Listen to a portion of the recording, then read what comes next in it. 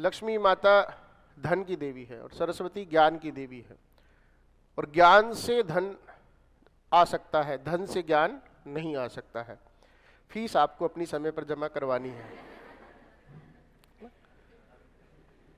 जिंदगी पैराडॉक्सेस से भरी हुई है, ठीक है, विरोधाभासों से भरी हुई है ना। लेकिन ये सच है कि जिसके पास खूब सारा धन है वो ज्ञान अर्जित कर सके, ऐसा बिल्कुल भी नहीं है। किसी अरब शेख से जो है वो पूछा कि भी आप इतनी लंबी लंबी गाड़ियों में चलते हो, आपको क्या लगता है कि आपकी आने वाली जो दूसरी या तीसरी पीढ़ी होगी उसको आप कहाँ देखते हो?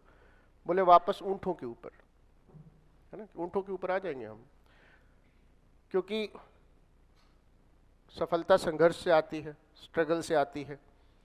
आप सबको मेरा बस इतना सा संदेश है कि ज्ञान अर्जन करते रहना है आपको, ये कभी ख़त्म नहीं होता है। अगर मैं एक्सक्लेमेटरी सेंटेंसेस के ऊपर ही बात करूँ ना, तो अगले 3 दिन और कम से कम बात कर सकता हूँ, और मेरे से ज़्यादा विद्वान होगा वो 6 दिन बात कर लेगा। एक एक्सप्रेशन जो है इफ़ आई कुड ओनली या इफ़ ओनली है, और व्हाट इफ, ये जो कुछ भी है, इनके ऊपर भी एक पूरा दिन निकाला जा सकता है। आप 10 अलग अलग डिक्शनरीज में इनकी व्याख्या डिस्कस कर सकते हैं कि इनमें कितना वेरिएशन होता है ना। तो ये सारी चीज़ें हैं। पहला ज्ञान अर्जन करना है और दूसरा लगातार करना है, ये कभी ख़त्म नहीं होता। आज अगर ये 25 साल बाद भी जो है यहाँ आने से पहले हम तैयारी करके आते हैं, स्लाइड बना के आते हैं, डिक्शनरी देख के आते हैं, तो इसका मतलब क्या है? इसका मतलब ये है कि आपको भी लगातार ज्ञान अर्जन करने की दिशा में अपना काम करना है। बहुत सारे ऐसे विद्यार्थी होते हैं, शिक्षक भी होते हैं, जो समझने लगते हैं, वो समझने लगते हैं कि हमारा काम पूरा हो गया है, मैं विद्वान हूँ, हाँ, तो वो चीज़ जो है वो नहीं होनी चाहिए, ठीक है, वो चीज़ जो है वो नहीं होनी चाहिए। एक से एक आजकल सोशल मीडिया का ज़माना है, रील्स आती हैं, यूट्यूब पर आती हैं, इंस्टाग्राम पर आती हैं। हम लोग जब देखते हैं, कुछ ऐसे होते हैं जो देखने लायक नहीं होते हैं, कुछ ऐसे होते हैं जिनको आज भी सुन करके जो है लगता है कि एटलीस्ट कुछ नया नहीं तो इतना तो पता चलता है कि ये चीज़ एम्फेसाइज करने वाली है, ये चीज़ क्लास में बताने वाली है, और इस तरीके से बताने वाली है जिस तरीके से ये लोग बता रहे हैं। तो ज्ञान का जो अर्जन है, ज्ञान को जो है वो अर्जित करना है, वो कभी ख़त्म होता ही नहीं। मिल्टन ने पढ़ पढ़ करके अपनी आंखें गंवा ली, उनकी आंखों की रोशनी चली गई 44 ईयर्स के अंदर। 44 साल की उम्र में, महज 44 साल की उम्र में, यानी मेरी उम्र लगभग जो है, इतनी उम्र में उनकी आंखों की रोशनी चली गई पढ़ पढ़ करके, ठीक है। लेकिन इतना पढ़ने के बाद आज आप 1608 में जन्म लिए व्यक्ति का जिक्र कर रहे हो 2024 के अंदर, 400 सालों बाद, लगभग 416 सालों बाद। तो इसका सीधा सीधा मतलब ये है कि कुछ करना है तो पढ़ना है, और लगातार पढ़ना है, लगातार काम करना है। कॉन्टिन्यूटी के बारे में हम हमेशा बात करते हैं, ये ब्रेक नहीं होनी चाहिए। ये ब्रेक जब होती है तो आपको इसके परिणाम आपके शेड्यूल टेस्ट के रिजल्ट में भी दिखते हैं। एक दिन अगर कोई क्लास मिस करता है, एक टेस्ट यदि कोई मिस करता है, तो उसके परिणाम उसको दिखते हैं, उसके परिणाम दिखेंगे उसको।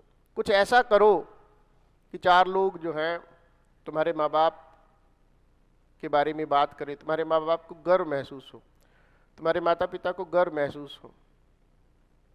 जब तुम्हारी अखबार में फ़ोटो छपे कि इसने ग्रेड 2 एग्ज़ाम के अंदर जो है पहला रैंक लिया है, दूसरा लिया है, 5वां लिया है, 10वां लिया है ना, शहर में पहला रैंक लिया है, हाँ। तो जब बच्चे आते हैं सिलेक्शन के बाद, जब बच्चियाँ आती हैं सिलेक्शन के बाद, तो उनके माता पिता जो हैं वो भी आते हैं। उनकी आंखों की चमक देख करके ऐसा लगता है कि इस दुनिया में यदि कोई सबसे ज़्यादा खुश है तो ये आदमी है। उनको चैम्बर में बैठ कर के ये होश नहीं रहता है कि मेरी चाय पड़ी है, ठंडी हो रही है, ठीक है। वो मुस्कुरा रहे होते हैं, वो खुश हो रहे होते हैं, फ़ोन आ रहे होते हैं, बीच बीच में बाहर भी जा रहे होते हैं, बधाई के फ़ोन आ रहे होते हैं, बीच में बाहर भी जा रहे होते हैं बात करने के लिए। तो कुछ ऐसा अगर आप करें कि आपके माँ बाप को गर्व की अनुभूति हो, है ना, आपके माँ बाप गर्व से कह सके कि ये मेरा बेटा है, ये मेरी बेटी है ना, 4 लोगों को बता सके। गांव के अंदर जब सफ़ेद कुर्ता पजामा पहन करके जो है वो निकलते हैं आपके सिलेक्शन के अगले दिन, ठीक है, उनकी जो बॉडी लैंग्वेज है वो देखने वाली होती है, गर्व से भरी होती है वो।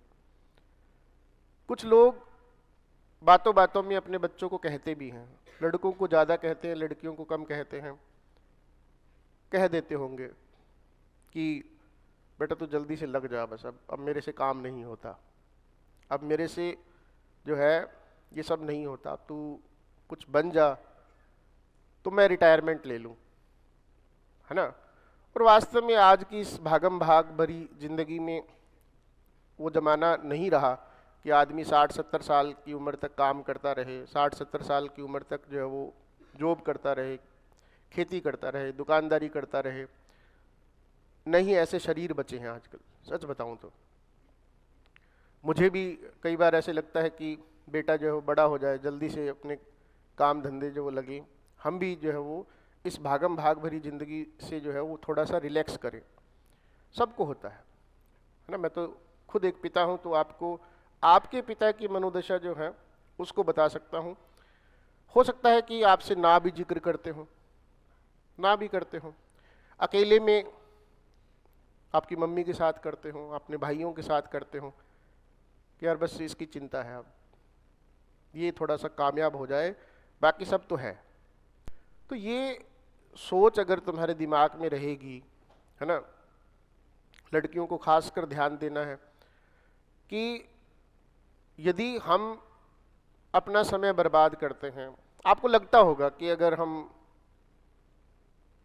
फेसबुक यूज कर लेंगे, सोशल मीडिया यूज कर लेंगे, ठीक है, वैलेंटाइन डे मना लेंगे, तो इससे क्या होना है, ठीक है, क्या फ़र्क पड़ना है? बहुत फ़र्क पड़ता है। इन चीज़ों के लिए पूरी उम्र पड़ी है कि नहीं? ये चीज़ें जब आप लग जाओगे तो वहाँ पर मनाते रहना। अब नहीं, है ना। कोई भी ऐसी चीज़, देखो बच्चों, कोई भी ऐसी चीज़ जो तुम्हें तुम्हारे उद्देश्य से अलग करती है ना, हमारे मन के भाव सुनो। हमारे मन के भाव ये होते हैं कि मैं आगे कर लूँगा, अभी तो बहुत समय है, ठीक है। क्या हुआ, अगर सपोज करो कि आज आप ट्रांसफॉर्मेशन पढ़ रहे हो, ठीक है, इसका नंबर जो है वो 6 महीने बाद लगेगा कम से कम। आज अगर जो ये चीज़ पढ़ रहे हो, जो पुराने बच्चे बैठे हैं 6-8 महीने से, उनको पता है कि एक टॉपिक जो वो राउंड द क्लॉक आने में 6-6 महीने लगते हैं। तो इसलिए कम से कम जो है कुछ भी करने से पहले उनके बारे में ज़रूर सोचो, अपने माँ बाप के बारे में ज़रूर सोचो। कोई भी बच्चा जो है जो ये समझता है कि, है ना, अगर जो मैं 1 घंटा फ़ोन चला लूँगा, या मैं गांव, शादियों का सीज़न भी चल रहा है, मुझे भी आज मैरिज में जो वो जाना है, तो आप कुछ ऐसी व्यवस्था करो कि दोनों काम हो जाए, शादी में जा भी आएँ और हमारा काम भी अफेक्ट ना हो। ये नहीं कि 5-5 4 दिन जो है वहाँ पर पड़े हैं। तो ये सारी स्टूडेंट लाइफ के अंदर जो वो बातें देखने वाली होती हैं। और आप अपना काम ईमानदारी से करें, है ना। और पक्का जो है, जो लोग सुबह नहा धो कर के जो आए, आज जा कर के 10 मिनट जो है ना, अकेले में बैठ कर के इसके ऊपर मनन जरूर करना कि मुझे अपने माँ बाप को कैसे जो है वो गर्वित महसूस कराना है, कैसे मुझे अपने माँ बाप के चेहरे पे जो है वो खुशी देनी है। उनको कोई मतलब नहीं है कि जॉब लगने के बाद आप उनके साथ रहोगे कि नहीं रहोगे। लड़कियां तो वैसे भी नहीं रहती हैं, है ना। नहीं उनका कमाया हुआ धन माँ बाप के पास आना है, लेकिन फिर भी आपको लेकर के वो कितना चिंतित रहते हैं, आपको लेकर के उनके मन में कितनी आशाएं हैं। अगर आप 10 मिनट इस चीज़ के ऊपर मनन कर सको, माँ सरस्वती के सामने हाथ जोड़ करके उनसे प्रार्थना कर सको कि मेरे को जो है वो ज्ञान दे, मेरे को बुद्धि दे, है ना, मेरे मार्क्स अच्छे आएँ, मैं एक भी क्लास मिस ना करूं, मैं एक भी टेस्ट मिस ना करूं, ठीक है। 10 मिनट तक यदि आप अपना, है ना, अकेले में बैठेंगे और इन चीज़ों के ऊपर गौर करेंगे तो शायद आपकी आज की बसंत पंचमी जो है वो बन जाएगी। आप जो है वास्तव में अपने आप को खुश नसीब महसूस करेंगे। अच्छा लगता है जब आप कामयाब होते हैं, खुद को अच्छा लगता है, आसपास के लोगों को अच्छा लगता है, ठीक है। जो दुनिया तुम्हें आज भाव नहीं देती है वो कल भाव देने लगती हैं। जो आपके माँ बाप को किसी रिश्तेदारी में, शादी में, फंक्शन में पूछते तक नहीं है, ठीक है, उनके लिए चेयर लगाई जाते हैं, कपड़ा मारा जाता है कि साहब बैठिए आप जो है ना। आपकी इज्जत उनकी इज्जत है, आपका सम्मान उनका सम्मान है, आपका सिलेक्शन उनका सिलेक्शन है, आपका सिलेक्शन तो बाद में है, उनका सिलेक्शन पहले हो जाता है गांव में। मैंने देखी हुई ये चीज़ें, मैं अभी कम कर दिया है। पहले जब 10, 20, 50 सिलेक्शन होते थे तो गांव में जागरण करते थे, बुलाते थे, फंक्शन भी करते थे छोटा मोटा, ठीक है। तो मैं जाता था और वास्तव में मैंने इन चीज़ों को जो है बहुत करीब से देखा है, दिल से जो देखा है। दूर दराज के गाँव में भी जो इतना आप मान के चलिए कि 300 किलोमीटर दूर तक भी जो मैं चला जाता था, क्योंकि कोई बुलाता था तो चलो भी चलते हैं, है ना, कि इन्होंने प्रोग्राम किया है, सिलेक्शन की पार्टी रखी है ना। तो ये खुशी जो है रिश्तेदारी में, समाज में, है ना, ये आपको तो आपका पूरा जीवन संवर जाएगा, आपका तो पूरा जीवन ही संवर जाएगा, आपकी पीढ़ियां संवर जाएंगी, आपकी संतति जो है वो संवर जाएगी, आपके आने वाला कल जो है वो संवर जाएगा। लेकिन जो इसका दूसरा पक्ष जो है वो ज़्यादा मायने रखता है और वो है आपके माँ बाप की खुशी, आपके माँ बाप का आपकी सफलता के बाद उनका किस तरीके से सीना चौड़ा जो है वो हो जाता है, किस गर्व की वो अनुभूति करते हैं। एक बार अगर जो कोई दिन में सोच लेना तो उनको पता चल जाएगा कि कितना ज़रूरी है पढ़ना। और लगभग 70% बच्चे ऐसे भी होंगे जिन्होंने पीछे कोई एग्ज़ाम दिया होगा, उसमें उनका सिलेक्शन नहीं हुआ होगा, उस दिन को भी याद किया करो आप। चाहे आपने तैयारी करके दिया हो एग्ज़ाम, चाहे आपने बिना तैयारी के दिया हो एग्ज़ाम, मुझे तो एक बात बता दो कि उस दिन आपको पूरे दिन कुछ अच्छा लगा था क्या? उस दिन क्या, कईयों को तो हफ्ते तक भी अच्छा नहीं लगा होगा।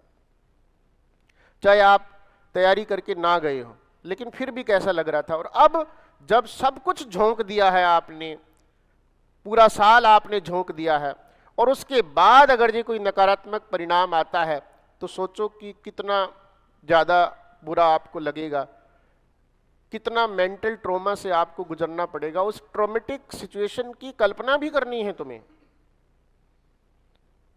उस ट्रॉमेटिक सिचुएशन की कल्पना भी करनी है तुम्हें कि भी अगर ऐसा हुआ मेरे साथ तो क्या होगा।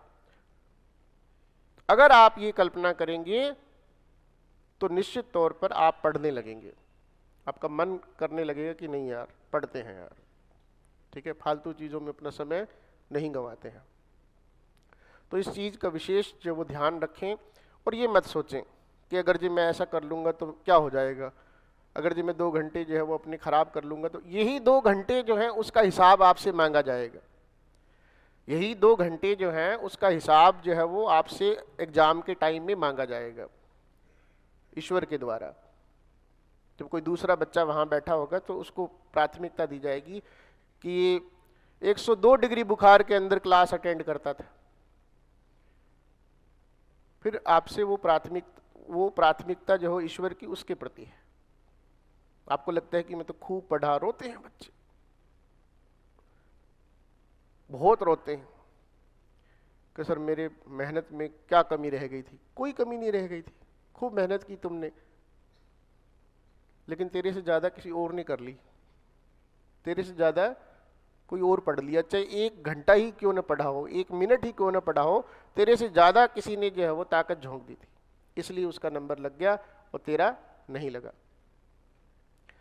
लास्ट बात उन बच्चों के लिए, ठीक है, जिनका स्कोर कहीं न कहीं पिछली बार बेटर था। मेरे पास ऑफिस में मिलने आते हैं कई, कल भी एक भाई साहब आए हुए थे, वो बात कर रहे थे, उनके दिमाग से ये चीज़ नहीं निकल रही है कि वो पास्ट था हमारा।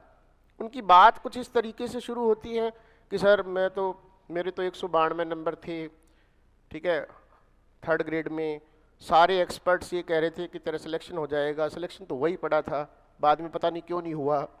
ठीक है, रियलिटी ये है कि आप लूजर थे और आप आने वाले समय में भी लूजर रहोगे। कड़वे शब्द हैं ये, कड़वे शब्द हैं ये, आने वाले समय में ही लूजर रहोगे। इसलिए मैं कह रहा हूं ये बात क्योंकि तुम्हारे दिमाग से ये बात ही नहीं निकल रही है कि हम असफल थे। तुम तो उसी को लेके बैठे हो कि मेरे 192 थे, सारे एक्सपर्ट कह रहे थे। कुछ प्रोविजनल में सेलेक्ट हो जाते हैं तो उनको लगने लगता है। तुम्हारे दिमाग से ये बात ही नहीं निकल रही है कि नया दौर होगा, नया एग्जाम होगा, नया पेपर होगा। कैसे मुकाबला करोगे तुम उन लोगों से जो 8 महीने से लगातार एक एक टेस्ट जो वो करते जा रहे हैं। ये बच्चे जो तुम्हारे सामने कल सर्टिफिकेट लेके गए हैं, कैसे तुम इनसे मुकाबला करोगे जो 8 महीने से लगातार एक एक टॉपिक को, एक एक चीज को इतने गहराई से कर रहे हैं कि मैं यहां बोल रहा होता हूं, सामने से आवाजें आ रही होती है कि सर ये बताओ, ये बताओ। आप सोचो उन लोगों ने कितना अध्ययन कर रखा है, सोचो आप कि उन्होंने कितनी मेहनत कर रखी है। सबसे पहले अपने दिमाग से इस चीज को निकालना जरूरी है कि तुम असफल, अगर आप इस चीज को जब नहीं निकालोगे ना कि मेरा कल क्या था। बहुत सारे बच्चे ऐसे हैं 4-4 बार प्रोविजनल में सिलेक्ट होते हैं, फाइनल में नहीं होते हैं। इसके पीछे सिर्फ और सिर्फ ये कारण है, इस बार भी अगर जो प्रोविजनल में उनका होता है तो पुरानी जो उनकी तैयारी उसके कारण होता है, क्योंकि इस बार के उनके लक्षण ये बताते हैं कि पिछले 8 महीने से जब से रीट का 2nd ग्रेड का एग्जाम हुआ है वो 40 दिन वाला, उसको भी लगभग 6-7 महीने हो चुके हैं। जुलाई में आई थिंक था वो। 40 डेज वाला कौन से महीने में था? जुलाई में। और जुलाई से फरवरी 8 महीने, और 8 लास्ट एग्जाम वॉज कंडक्टेड, और लास्ट तो उसको मानिए भी मत, उससे पहले भी आपका जो मेन एग्जाम था। अगर कोई व्यक्ति 8 महीने से घर पर बैठ करके सिर्फ ये मनन कर रहा है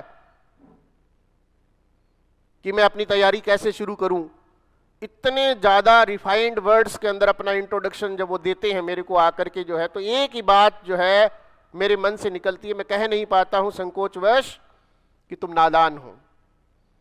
तुम इस चीज से ही नहीं निकल पा रहे हो कि तुमने 8 महीने तुम्हारे खराब कर लिए हैं, और इन 8 महीनों में ज्यादा नहीं तो 8000 लोग तैयार हो गए हैं। ये तो तुमने 8 महीने खराब किए हैं, इनमें 8000 नए बच्चे तैयार हो गए हैं, जिनको आप बोलते हो कल के बच्चे, इंटीग्रेटेड के बच्चे। अभी जिनका बीए बीएड हुआ है वो बच्चे, जिन्होंने बीए फाइनल ईयर के साथ ही अपनी तैयारी शुरू कर दी थी, जिनको तुम समझते हो कि ये कल के बच्चे हैं, ये 8 महीनों में 8000 बच्चे तैयार हो चुके हैं। और तुम बैठे रहना उन्हीं विचारों के साथ कि सारे एक्सपर्ट्स कह रहे थे। एक्सपर्ट कौन थे? मैं था। एक्सपर्ट कौन थे? मैं था। और हम इस डर से जो है वो बोलते थे उस समय, डर कह लीजिए, कुछ और कह लीजिए। पहले मैं जब मेरिट बताता था तो मैं इन चीजों से मुक्त होता था। धीरे धीरे हर चीज का कमर्शियलाइजेशन होता है, व्यवसायीकरण होता है। मेरा भी व्यवसायीकरण हुआ, मैंने भी जो है वो नीची मेरिट जो है वो बताई, जानबूझ के नहीं, जानबूझ के नहीं, है ना। ये सारी चीजें स्पॉन्टेनियस होती हैं। कहने का सीधा सीधा तात्पर्य ये है कि इन 8 महीनों में तुमने अपना कितना जो है वो खोया है वो तुम नहीं समझ सकते, है ना। मेरा एक ही सवाल, मेरा एक ही आपसे निवेदन है, समय मत खराब करो, किसी भी तरीके से समय जो मत खराब करो। ये समय लौट के नहीं आएगा, ये समय मिलेगा नहीं तुम्हें, ठीक है, और आप पछताओगे, आप रिग्रेट करोगे।